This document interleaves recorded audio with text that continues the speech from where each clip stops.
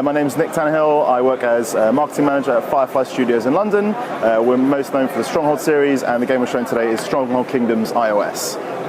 The kind of premise and the sort of unique thing for it on the App Store, at least when it comes out, will be this sort of MMO angle. So you've got your, obviously strategy is a massively popular genre on the App Store. Ours is more sort of the MMO strategy game. We've got like a fully open world, essentially. The overworld for the game features, each village is an individual player, although a player can have more than one village. And the kind of idea is that it's got this kind of whole political system where players vote each other into parishes, counties, countries, that you can become king.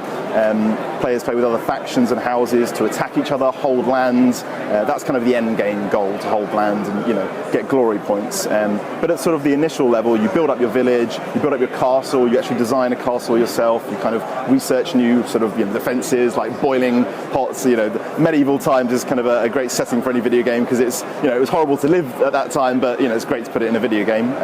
So that's the kind of base level, and then you kind of expand your kingdom. You get more villages. You play strategy cards to boost your kind of your village and the growth and that kind of thing.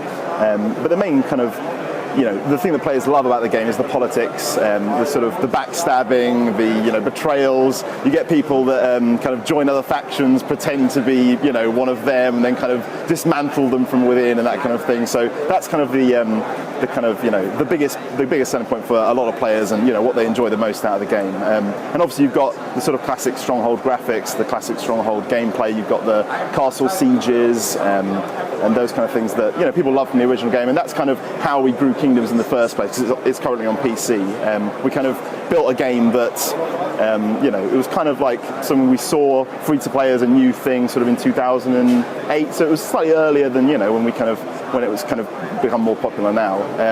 And we kind of thought, what would the Stronghold audience enjoy about an MMO, like a free-to-play MMO game? And we kind of ended up attracting MMO players, even though it was kind of built for the Stronghold players originally. So it's got all that classic Stronghold, the graphics and the village economy, and you kind of have to position everything in such a way that your workers have to work, the sort of traditional sort of RTS resource triangles and those kind of things. So it's a fully featured RTS kind of set within an MMO world, is how I'd kind of describe it in one line. Excellent. So free to play? Yes. What platforms is it on, and when will it be available? It's going to be on iPad and iPhone, and it's going to be available early next year as our hard launch.